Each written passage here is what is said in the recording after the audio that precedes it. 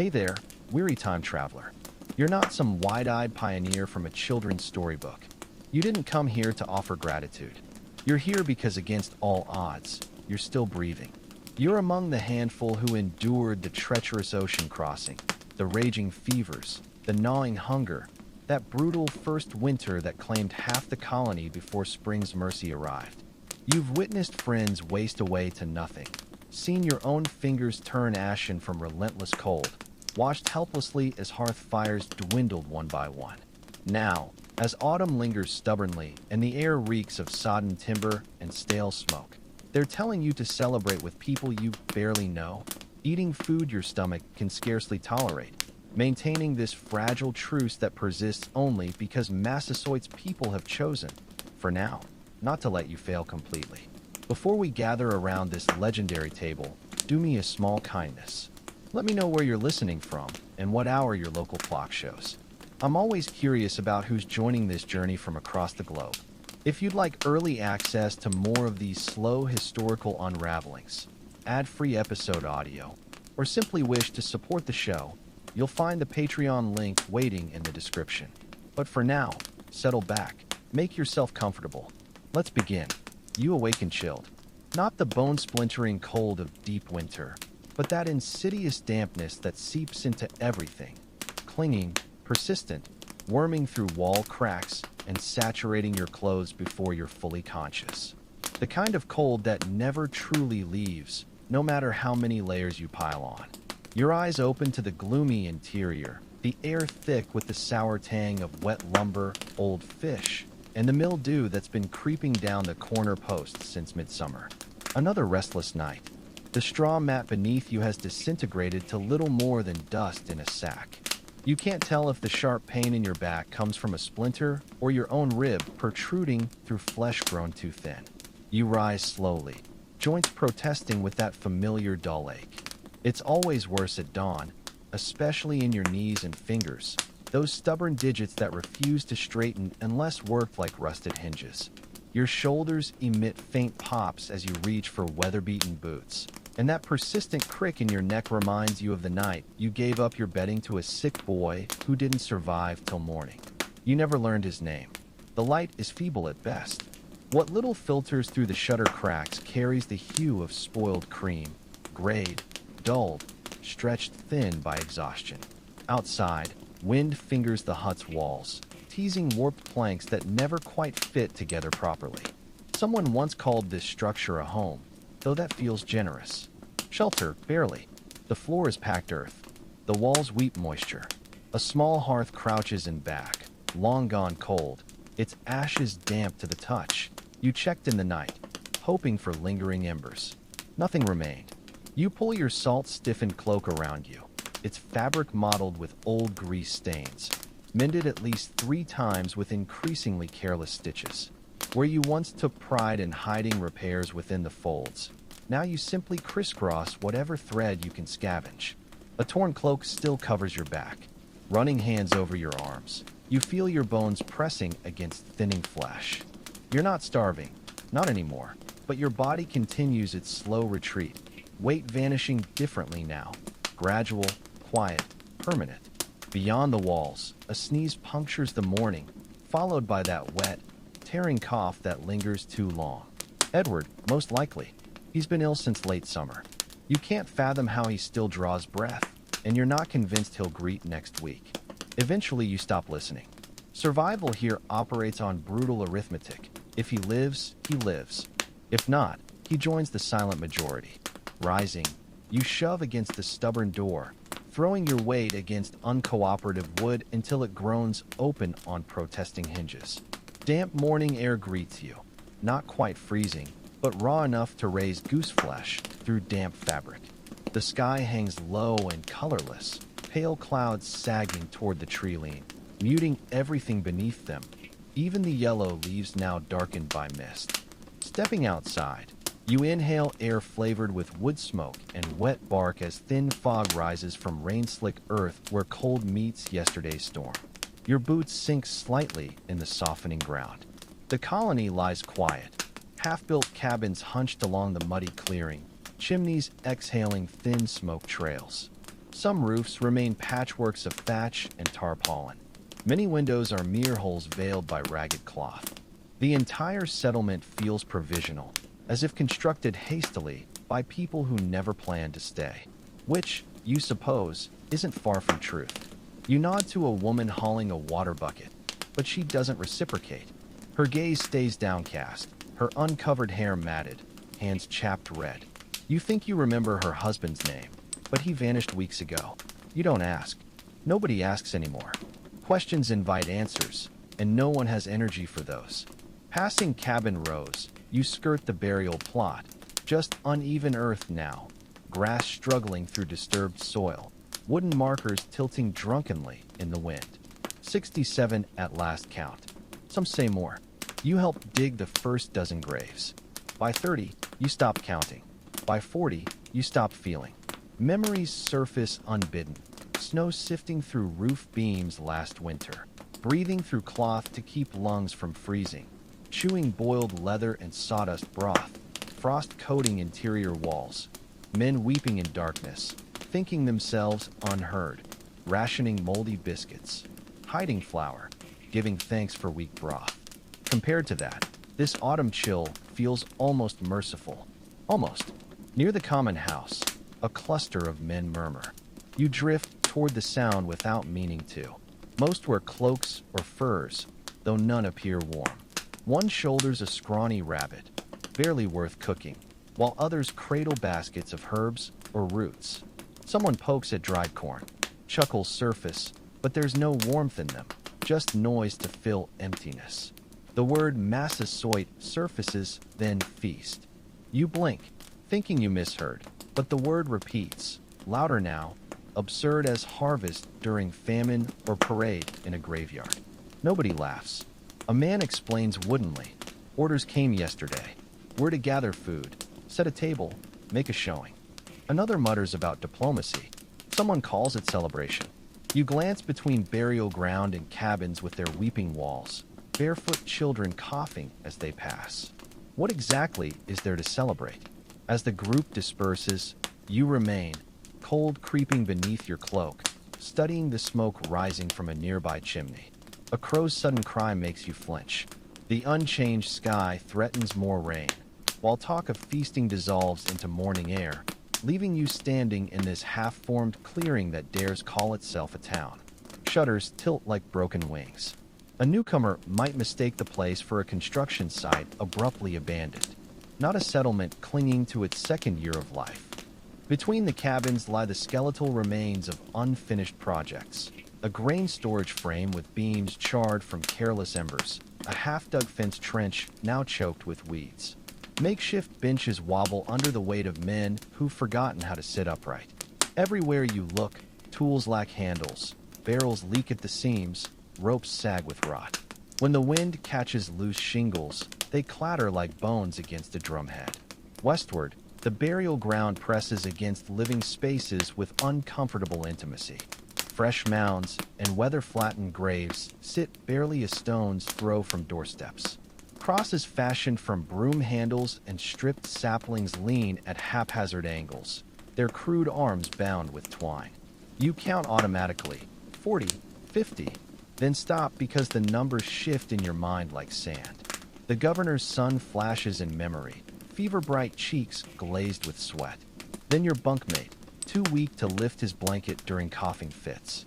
Then the little boy who cried for his mother until silence took him. You never learned his surname, but still hear dirt thudding on his tiny pine box in the dark. Near the tree lean, gaunt figures move with mechanical determination. One man hacks at green wood for cooking fires, each swing weaker than the last. A woman drags cattail roots toward a lean-to, her gait uneven from what might be a stiffened hip. Two youths struggle with a makeshift foul net that catches on an uprooted stump. The older boy curses, then bends double from coughing. Nobody helps. It's not cruelty, just arithmetic. Every calorie spent on mercy is one fewer for survival. Following the well-worn path that serves as the colony's main road, your boots suck at mud as you pass the listing storehouse, propped up by a spar hammered into the ground at a desperate angle. Inside, barrels hold withered corn, smoked fish, meager venison strips, or comfort for the winter looming on the horizon. Last March, you stood guard here with musket in numb hands, because starvation turns comrades into thieves. You've seen it happen, hands grappling in darkness over moldy crusts. The common house looms ahead, larger than other structures, but hardly imposing, its ridgepoles sagging under damp thatch. Here the colony's leaders debate invisible boundary lines, count dwindling meal portions, and pray over ledger books stained last winter when the roof shed snow in a roaring cascade that scattered men like startled pigeons. Ink bled across debt records in watery black tears. Nobody bothered rewriting them. Beyond the pig pen where two half-starved swine root at frozen earth, one meets your gaze with dull eyes, as if tasting its own future. Gunfire cracks. Another hopeful shot toward the dubious feast. Gulls scatter skyward, their cries harsh as scraping metal. You pause near a bark patch shelter that once housed a family of 6. Now only a widower sleeps inside, rising daily to mend nets nobody has strength to cast. A flap of roof cloth reveals a single blanket hung for privacy, though privacy lost meaning where grief became communal. You recall the woman who boiled nettles here for her children, whispering hymns to the pot. The melody lingers, though you never learn the words. At the clearing's edge, smoke curls from the blacksmith's half-collapsed forge, just enough fire to soften nails for repairs. The smith himself, once broad as an oak, now stoops like a willow.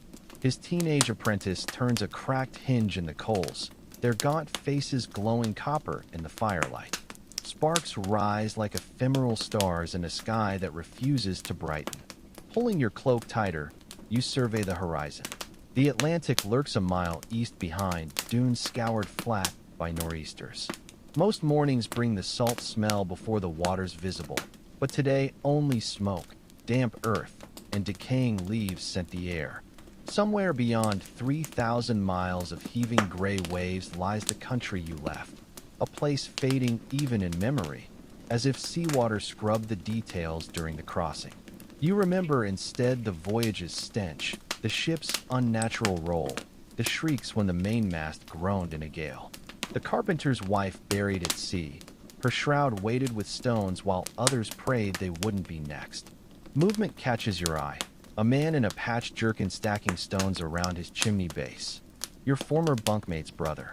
He meets your gaze, nods tiredly, then looks through you as if seeing his siblings' final moments.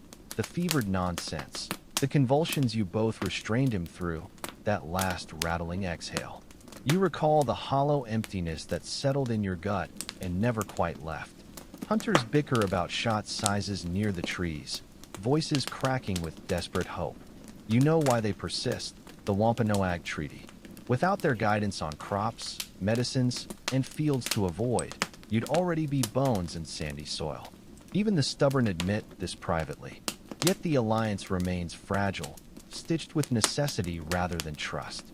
Some settlers still polish muskets when Wampanoag scouts appear at the forest edge, as if steel could ward off history itself. You remember the first meeting, Squanto translating, forced smiles, mutual weapon admiration. You wondered then if their kindness prefaced domination, or if your presence felt equally intrusive. Still, you all left alive, which for Plymouth counted as victory. Since then, venison, corn, and fish have trickled from Wampanoag villages to your lopsided storehouse. In return, you offer beads, knives, vague promises of shared defense. You suspect they find your gifts amusing. You fear the day amusement stops being worth their while. A scratchy voice breaks your reverie. They say Massasoit's folk might come today. 20, maybe 30. A man limps past with kindling. Makes a body wonder what kind of feast that'll be. He doesn't wait for a reply. You watch his narrow shoulders disappear between cabins, his bundle of sticks bouncing against his hip. The word feast hangs in the damp air. You nod, though he's already gone. Standing, you exhale and watch your breath drift upward into the heavy sky. Then you turn toward the common house, feet squelching in mud. Others converge silently, a dozen men, a few women, all wrapped in threadbare cloaks, faces pale beneath grime and wood smoke. They cluster near the doorway, as if the building might shield them from whatever announcement waits inside. The door stands ajar, releasing a wisp of stale air thick with sweat and pipe tobacco. The scent makes your stomach tighten, not from hunger exactly, but something deeper. Dread wearing appetite's mask. Governor Bradford emerges, or what remains of him. His coat drapes from shoulders grown narrow, elbows worn threadbare. Hair once carefully combed now clings to his temples in damp strands. He raises a hand for silence, and the crowd obliges, not from respect, but from exhaustion. Nobody has energy for noise anymore. When he speaks, his voice rasps from disuse or too many closed-door meetings. You can't tell which. He begins with familiar refrains. Providence, brotherhood, opportunity. Each word lands like dirt on a coffin lid in your mind. You've grown numb to these speeches, equal parts sermon and justification, propping up the colony's walls through sheer repetition. Some heads nod. Most don't. He mentions visitors, Massasoit, honoring the friendship that sustained you through trials. You glance at a man beside you, one eye swollen shut from a festering splinter. He doesn't react. Bradford says the sachem and his men may arrive today, tomorrow, or not at all, but preparations must proceed regardless. He frames it as invitation, but you recognize command. Beside him, Winslow steps forward, always ready with a plan, and reads a list in that clipped, confident tone men use when believing in structure. Venison must be hunted, roots gathered, field traps checked if the last storm didn't ruin them, corn ground if insects left enough. You note how often if trails each item. Someone mutters about damaged eel traps. Another claims they're easily mended. A third voice wonders aloud how to feed warriors when you can barely feed yourselves. Nobody responds. More instructions follow, tasks divided, chores delegated, a boy assigned to pluck feathers from anything winged. Your name surfaces too, assigned to gather greens. Whatever bitter leaves still cling to thinning fields. You nod without feeling. Work is work. Orders mean food. Logic became irrelevant here long ago. A younger man, new arrival, soft face unfit for this place, raises a tentative hand. Why this? Why now? The room stills. Heads turn. Bradford lets silence stretch before answering with one flat word. Thanksgiving. No explanation. No mention of who gives thanks for what. The young man lowers his hand, stares at the ground. You study your boots and feel something shift in your chest.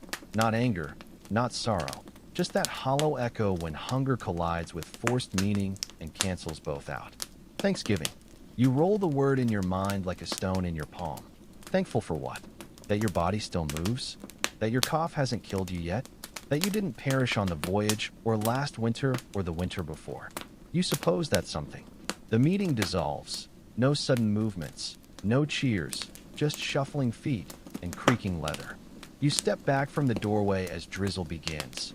Fine mist clinging to hair and seeping into sleeves. You don't bother with your hood. The difference between damp and drenched stopped mattering months ago. A woman hands you a folded parchment slip. Your name scrawled in the clerk's shaky hand. He used to keep ledgers. Now just tracks who's still standing. Beneath it, a short list. Sorrel, cress, turnip greens. If none, then acorns for roasting. You scan it, fold it away. The ink's already running. Someone mutters this is all theater. The feast of performance to convince the Wampanoag you're still strong, civilized, generous despite eating boiled bark for weeks. Another calls it distraction from boredom and rot. An older man says simply, when stomach's empty, any excuse to fill them suffices. You don't contribute. Just stand clutching your orders, listening to eaves drip, thinking about bones, not metaphorically. Real ones. In the burial dirt. In your hands. In that barrel where someone once whispered about finding a finger bone after that terrible February week. Then everyone stopped talking about it. You blink rain from your lashes and wonder again about the word feast. It conjures images that don't belong here. Roasted meat, laughter, full plates passed in firelight. Those are painters' lies, pamphleteers' fantasies. Here it'll be more eel than turkey, more silence than speech. Chewing with your head down, swallowing fast, watching portions from the corner of your eye. Sitting near men you distrust beside guests you don't understand, smiling at people waiting for you to fail. Still, you'll obey. You'll go to the fields, what's left of them. You'll gather what you can, strip bark, shake leaves, pull roots not yet rotted. You'll return with bitter offerings to place on a table that isn't a table beside a man who isn't your friend in a moment that isn't celebration. And you'll call it Thanksgiving because someone told you to. Stepping off the muddy track into the woods without ceremony. No prayer, no plan. Just that short list in your head and obligations' familiar weight tightening across your shoulders like a half-frozen cloak. The trees swallow you quickly, trunks damp and dark, bark peeling where moss intrudes. The path narrows to packed earth strewn with slick leaves. The forest smells unlike anything from home. Wet rot, pine resin, something sharp and animal beneath. Like musk rubbed into old cloth. Your hands are already cold. You blow into them, flex your fingers, adjust the gathering basket on your hip. It's crude, woven reeds patched with sinew, better suited for eels than delicate greens. Your knife isn't for defense, but gutting, short, dull-tipped, for scraping fish scales or testing questionable roots. Often poisonous here. The forest shifts around you, wind stirring high branches, something small darting through underbrush ahead. Too fast to see, but enough to make you pause, hand dropping instinctively to your knife. You know better, nobody stabs foxes fast enough, but habit persists. Exhaling slowly, you continue. You crouch by sorrel clusters near a low rise. Leaves slick with dew, stems wire thin. You recognize the heart-shaped leaves now. Their sour tang meaning they won't kill you.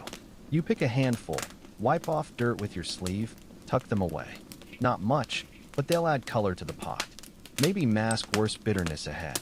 Farther on, turnip greens, bulbs long spoiled or worm-eaten, but leaves intact though whole-pock. You tear them carefully, hands blackening with damp soil. The earth here clings, seeping under nails, staining for days. Distant gunfire cracks, once, then again farther off. You listen for scattering birds, shouts, any sign of success. But the woods swallow sound. Only wind answers, sighing through canopy like breath through clenched teeth. You wonder what they hit, turkey? More likely squirrel or gull if someone strayed near shore. You've eaten both. Well again, by midday, mist lifts but cold persists. Fingers stiff as twigs, breath visible in shallow puffs. You pause at a creek bend, water low but flowing, smelling of silt and dead leaves. Checking eel traps, woven cones staked along muddy banks. Two sit empty, one holds movement. Reaching in slowly, water burning cold, you pull out a long, thick-bodied eel, slick as oil. It rides once in your grip before stilling. You kill it quickly with your knife's heel, thread it with twine. Not much, but meat, more than most have today. Resetting the trap, you move on. Later, you meet a boy, Thomas? John? Kneeling by a broken fence with a limp pheasant clutched awkwardly. Found it near the trap line, he says, asking help plucking because his hands shake too much. You sit beside him stripping feathers carefully, working with the grain to preserve thin skin. Down clings to your sleeves. You try not to think how it'll taste, stringy and bland, smoked too long with too little fat. Leaving him with the carcass, you wander uphill into older forest where trees stand tall and straight, trunks too wide to embrace. Here you first saw Wampanoag hunters last spring, moving soundlessly between trees, faces unreadable as they passed within bowshot. You remember how they looked at you, not hostile, not friendly, just measuring. Kneeling by a birch, you scrape loose dry, papery bark, burns fast but adds sharpness to stew when shredded fine. Tucking strips into your basket, you rub warmth back into your hands and watch the woods, listening past wind. This land still feels foreign, every path potentially dangerous, every berry suspect. Even birds sound wrong, their calls mismatched to memory. You still flinch at rustlings, unsure if they signal prey, predator, settler, or stranger. Returning slowly, sun dipping behind haze-thick clouds. Your boots soak through, seems crusted with ash mud slurry. Your left ankle aches from slipping on moss earlier. Hands shake from cold and strain, Knuckles split where skin turned brittle. Still, your basket holds something. Sorrel, bark, 2 eels, turnip greens, a few nuts buried under what might have been a chestnut tree. As you near the colony's edge, more smoke rises, fire stoked under iron pots. A woman kneels by a boiling kettle adding stringy greens that smell like seaweed broth. A man stirs another pot with a broken or coughing into his sleeve before continuing. Someone calls, asks what you've brought. You lift your basket silently, hands too cold for gestures. They take the contents wordlessly, eels for gutting, greens for mush, bark for flavor, though nobody believes it adds more than color. Moving toward the fire, you hold your hands close enough to sting, but not burn. Heat doesn't reach your core, but brings faint sensation back to fingertips. You flex them, watching others file in, some carrying something, some nothing, some just wearing expressions that say they're trying to feel useful. Behind you, someone sings softly, maybe a hymn, maybe just rhythm to keep the mind from wandering. Staring into flames, you try remembering how food used to feel, not just taste, but fullness, warmth lingering after the bowl emptied. That memory doesn't come easily anymore. Not after this year. Not after so many burials.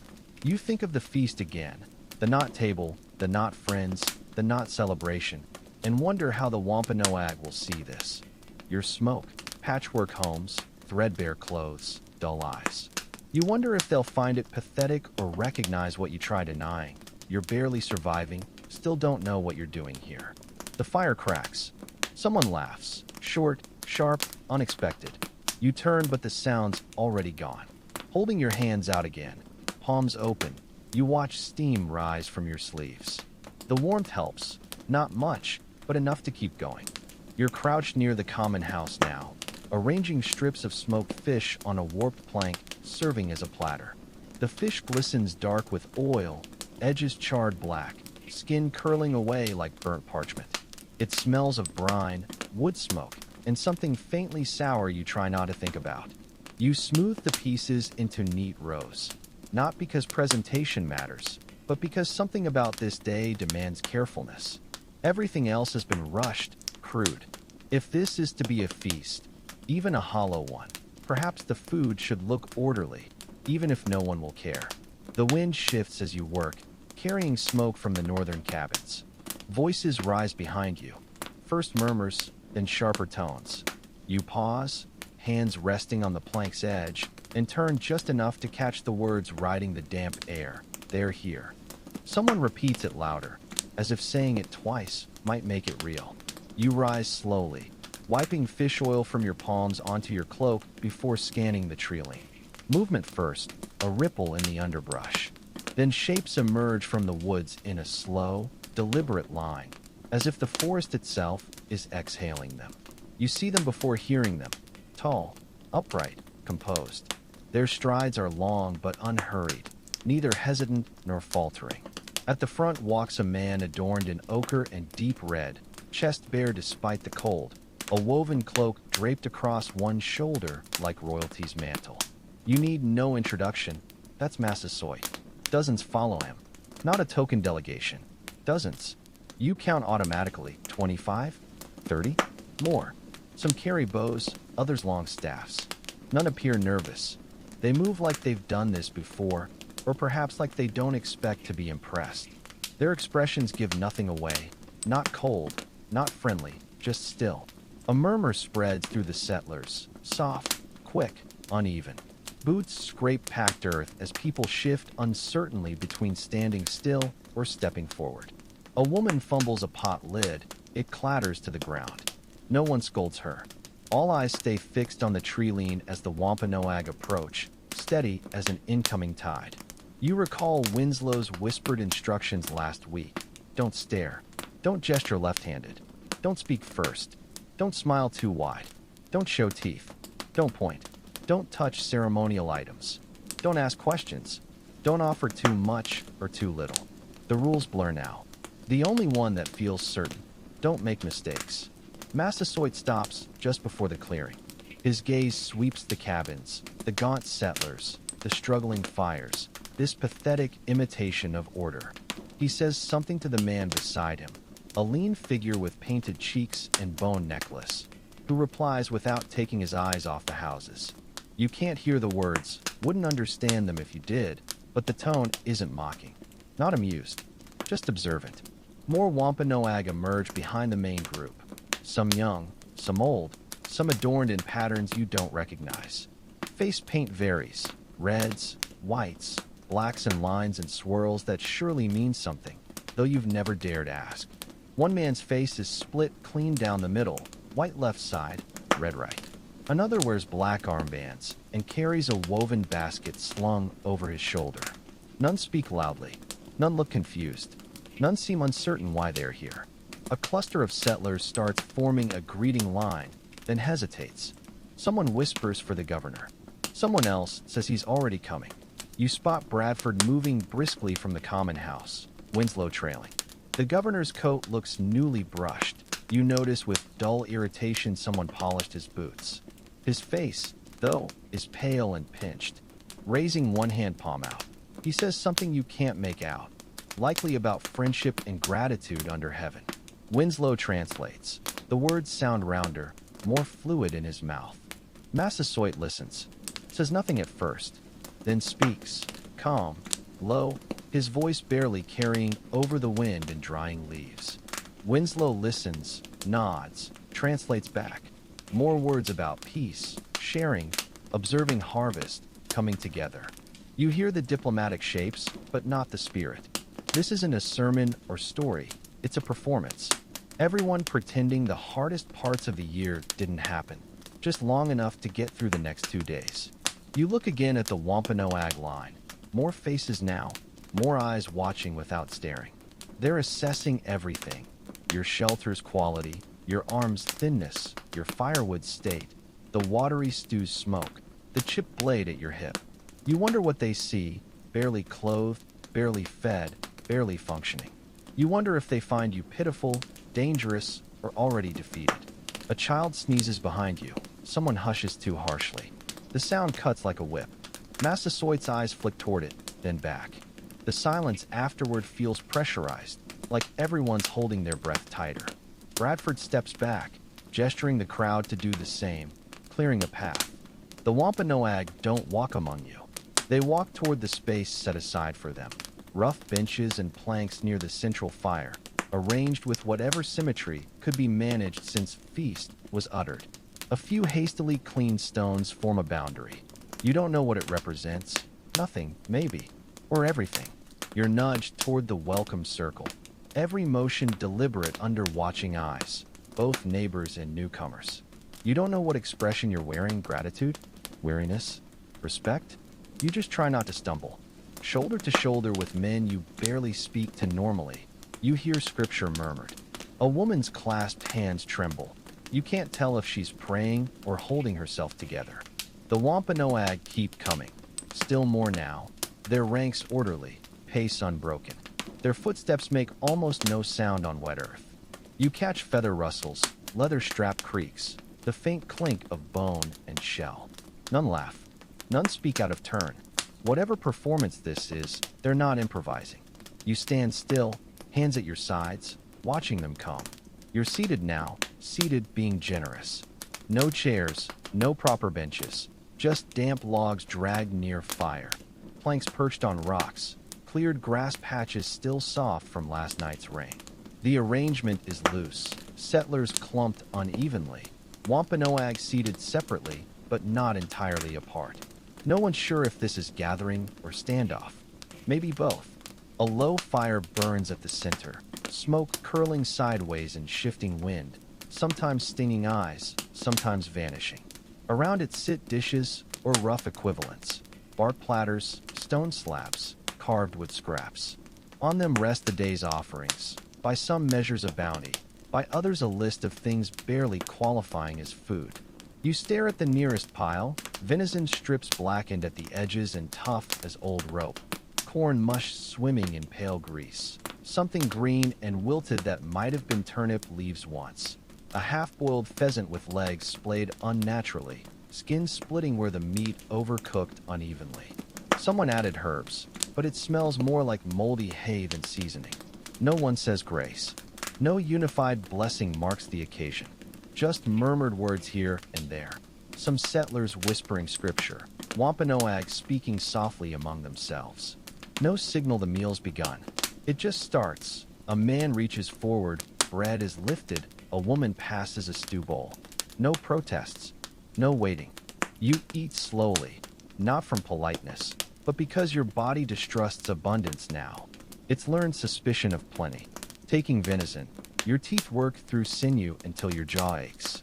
The flavor's sharp, gamey, metallic, tinged with wood smoke, bark, and blood. You chew until it softens, swallow hard. Then move to the greens, soggy, bitter, leaving a waxy film on your tongue that won't fade. Across from you, two Wampanoag men share a driftwood platter of roasted fish and squash. Their movements are calm, deliberate, efficient. They speak little, occasionally passing food between them, but their eyes wander, watching settlers, your neighbors, your leaders, maybe you. You wonder what they're concluding. Bradford sits near the fire, chewing with slow precision. Winslow's eyes dart constantly, reading the room without letting the room know. Nearby, a Cooper tries sharing mashed roots with a Wampanoag boy who looks 12. The boy accepts with a nod and neutral expression. They likely share no common language. The silence is immense, not absolute, but dense like fog. The quiet of uncertainty, not peace. Firewood snaps. Grease hisses. Spoons clink wooden bowls. Occasionally a voice rises. Conversation fragments, swallowed chuckles, low hunter commands. But it all dissipates too fast to anchor anything. Chewing fills the gaps, not loud, but constant, as if the meal is an agreement not to speak. A man drops his bowl. It thuds on the ground. He curses softly, picks it up, flicks dirt off the contents, and eats anyway. No scolding. Everyone's too focused on their own food. A woman gnaws a fish spine to splinters. A child licks grease from her sleeve. No spare cloth exists. You scan the circle, wondering how many are pretending this is normal. That this isn't some awkward, fragile performance cobbled from diplomacy and desperation. That colonists and Wampanoag are sharing more than physical space. That this isn't what it clearly is, a transaction, an uneasy pause. Shifting on the log to avoid a knot pressing into your thigh, you notice your damp feet, the chill in your sleeves and collar, your eel-scented cloak. You're fed, yes, but haven't earned this food. Sheltered, but only because others propped your roof beams when they collapsed. Alive because people chose not to let you die. Across the fire, a Wampanoag elder breaks roasted squash with his fingers, passing half to a woman beside him. She accepts without words. Their faces remain still, unreadable. You notice how their movements lack settlers' twitchy nervousness, alert but composed, like people accustomed to being watched. A young settler starts speaking eagerly about taller corn this year. Too loud, too hopeful. Winslow cuts in, redirecting with hunting questions. The young man falls silent, flushed. Everyone pretends not to notice. A dog wanders through, ribs showing. Licking grease smears before trotting off with a discarded bone. The fire cracks again. You pull your cloak tighter, glance at the dimming sky.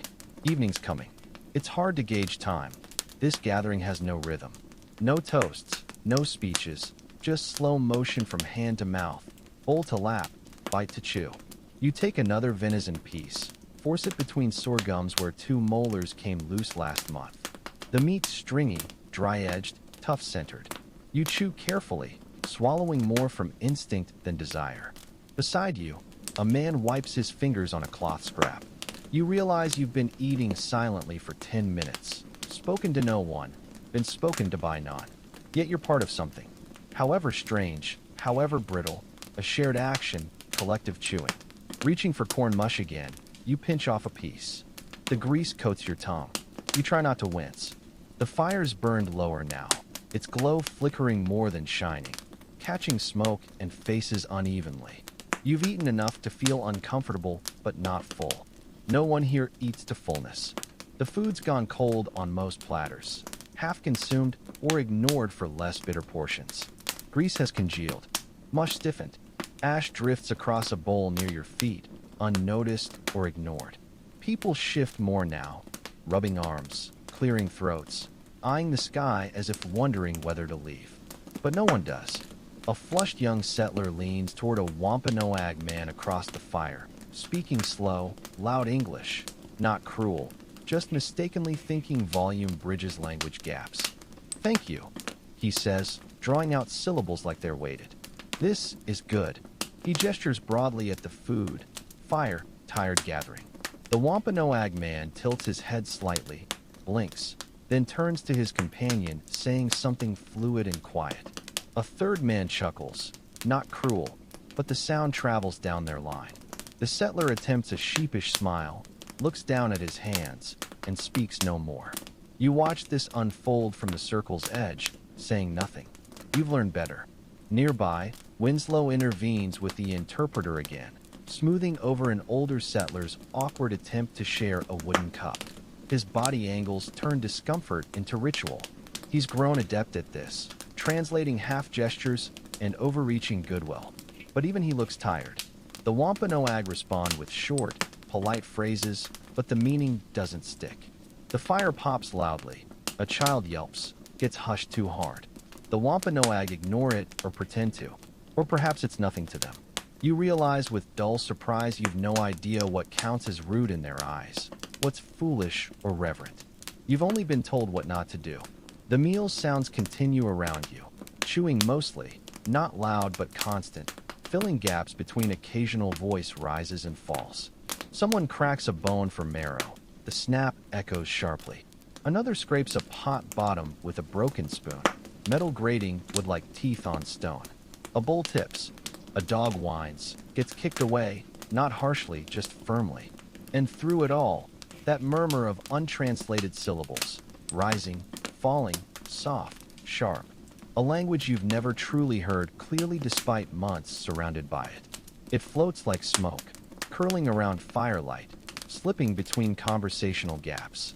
Sometimes a word sounds familiar, a name or place. Mostly it's pure music, melodic, rhythmic, untouchable.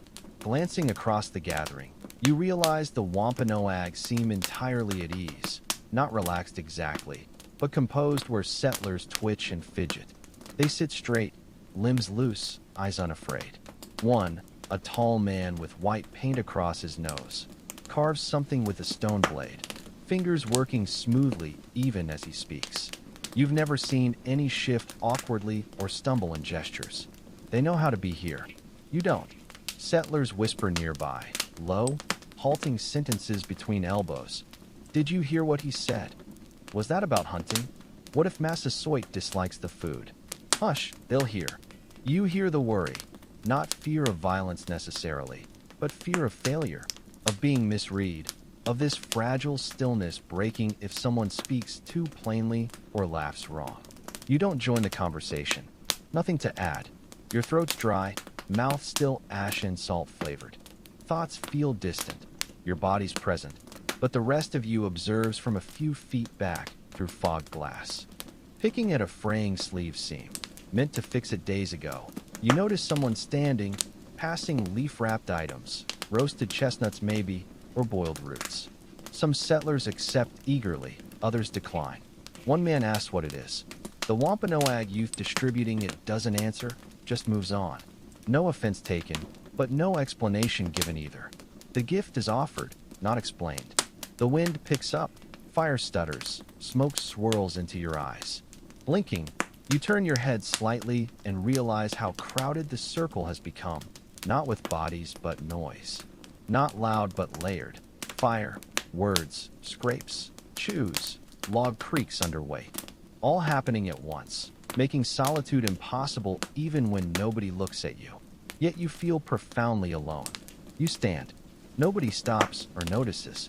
Stepping back from the log, away from firelight, away from voices and gestures and laughter you don't understand, your legs feel stiff from sitting, knees complaining, that twisted ankle still throbbing. Moving slowly toward the clearing's edge, you pass cabins, high drying racks, a smoke-curing barrel set near the storehouse. Glancing around, you lift the lid. The briny, oily stench hits first, sharp with rot at the edges. Grabbing a cold, slippery eel, you tuck it into your coat and close the lid. You're not sure why you hide it, instinct perhaps. Walking toward the woods, not fast but purposeful. The eel presses against your chest, soaking fabric with slick residue. You've carried worse. The trees swallow you gently. Feast sounds growing muffled then distant. Wind stirs the canopy, leaves shifting like old parchment. You walk until the clearing disappears behind you, until the ground softens underfoot and the air feels like it belongs to something older than fire and fear. Stopping by a low stump, you sit, pull out the eel, and hold it in both hands. It's not warm. Never was. Taking a bite, chewing twice, you spit it into leaves. The salt burns your tongue. Gazing into the trees beyond the settlement, you consider walking farther, disappearing into woods until the feast ends, until visitors leave, until nobody expects smiles anymore. But you don't move. There's nowhere else to go. Eventually you return. Shadows have lengthened, sky dimmed to old parchment hue. The feast sounds are winding down, not dramatically, but with quiet surrender. By the time you re-enter the clearing, the Wampanoag are already leaving. No fanfare, no final toast, just boots brushing damp grass. Low murmurs in that language you'll never master. The soft thump of feet on frost-hardened soil as they vanish into woods the way they came. No one waves. No one follows. Settlers stand in scattered clusters, watching silently until the last figure slips from view. Then everyone simply turns back to chores. Now you stand by the dying fire, wiping grease from cracked, swollen fingers with an ash-scented cloth. Flexing hands slowly, you rub palms together against the creeping cold. The fire spits once, slow, reluctant, then settles into crackling hush. Flames no longer blaze, just pale tongues licking blackened wood and half-burnt bones. Around you, feast remnants are gathered with dull, habitual focus. A sour pot dumped out, coals stirred for residual heat, two boys carefully carrying a scrap-laden plank like it's worth preserving. Nobody speaks unnecessarily. The celebration, if it ever was one, has slipped from memory faster than sunrise on a gray morning. You glimpse Winslow scraping charred eel skin from a kettle bottom. He doesn't look up. Nearby, Bradford speaks low to an elder, faces drawn tight by fatigue and some unspoken argument. Someone's already tallying what remains: flour, smokehouse, and salt, whispered with sickness-level urgency. A man prods abandoned fish with his boot, shrugs, walks away. You help where allowed, stacking planks, shaking out soiled cloth, tucking last bitter greens into a bark-lined barrel. A woman hands you a tiny pouch of dried berries. You count them automatically, 12, before storing them, already calculating how to stretch them over a week, maybe 2. It's not conscious, just reflex. No one thanks you. You don't expect it. The wind's rising again, tugging sleeves, whistling through cabin eaves. Watching smoke from the last embers, you wonder how long until snow comes. You hope late. You always do, but your body knows otherwise. Your joints ache in new ways since that first winter. Fingertips stiffen when clouds hide the sun. There's pressure in your skull when air grows heavy. The signs are here. The land's just waiting to deliver winter's verdict. Staring at the trampled feast site, scattered with broken twigs and cold ash, you watch benches being dismantled, planks hauled back to storage. The whole scene unravels as if it never happened. You can already picture tomorrow's clearing, empty, damp, quiet, remembering nothing. Walking toward the woods for stillness, but not too far, you pause on a moss-slick rock, surveying the settlement. It's not beautiful.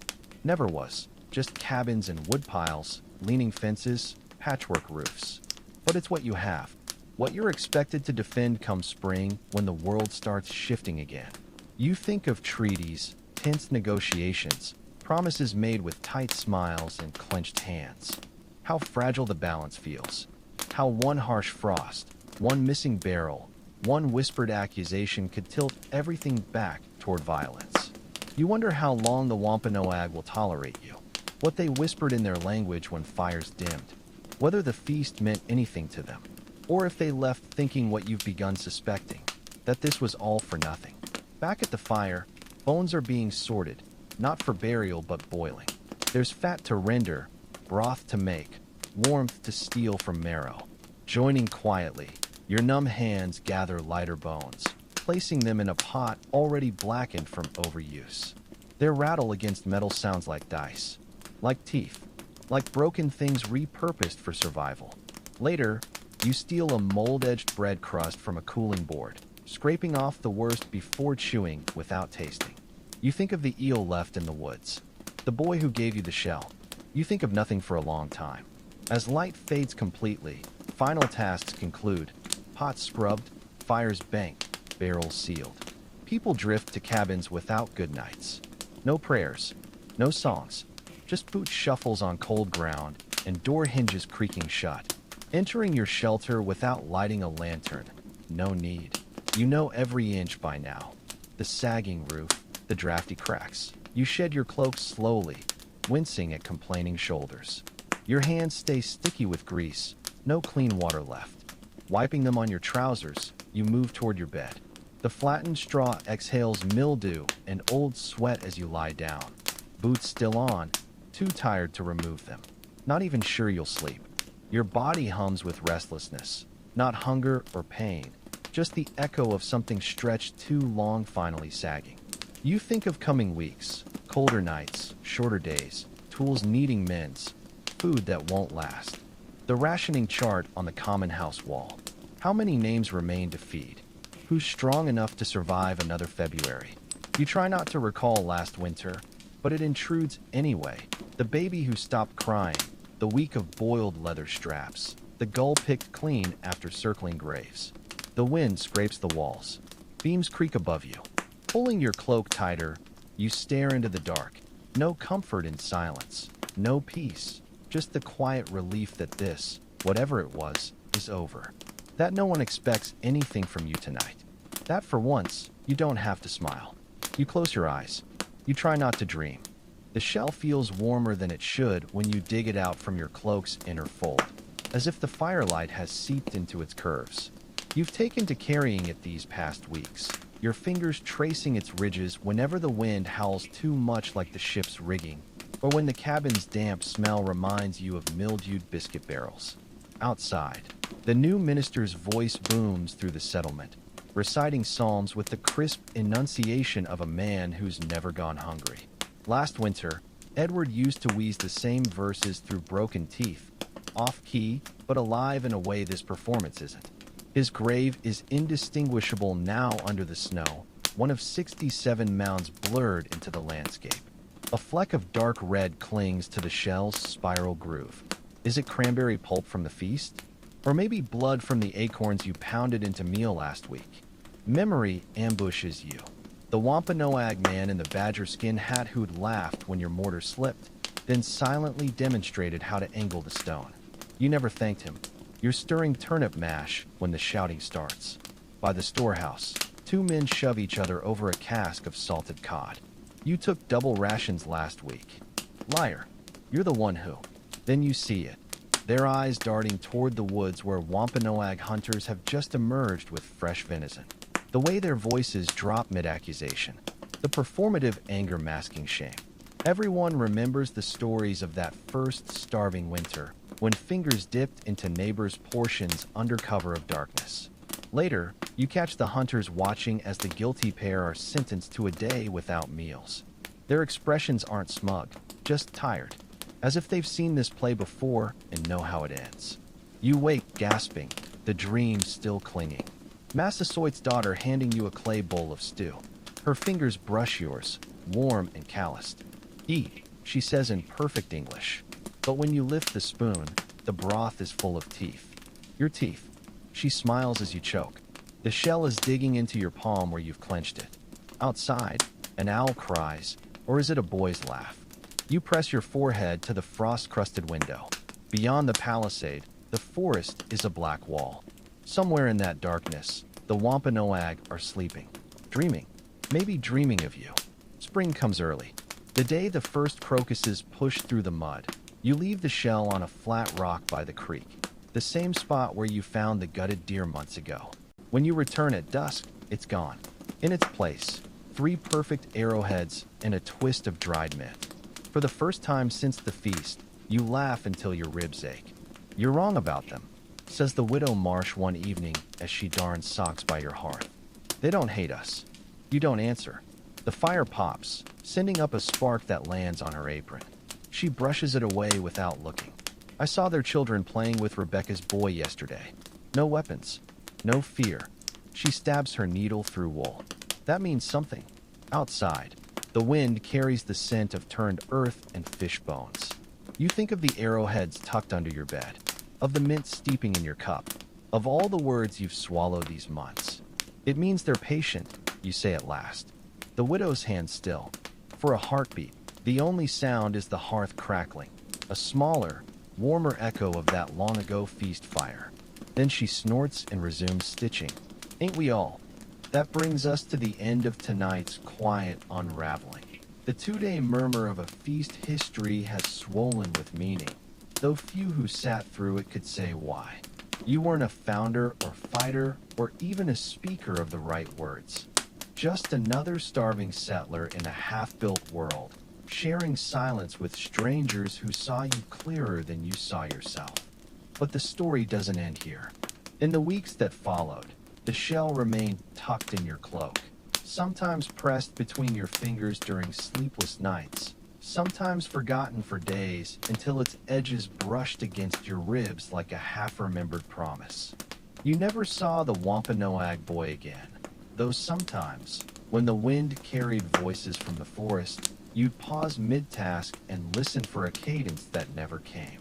The winter arrived as it always did, not with a single storm, but with a slow, creeping certainty. The first frost silvered the burial ground overnight.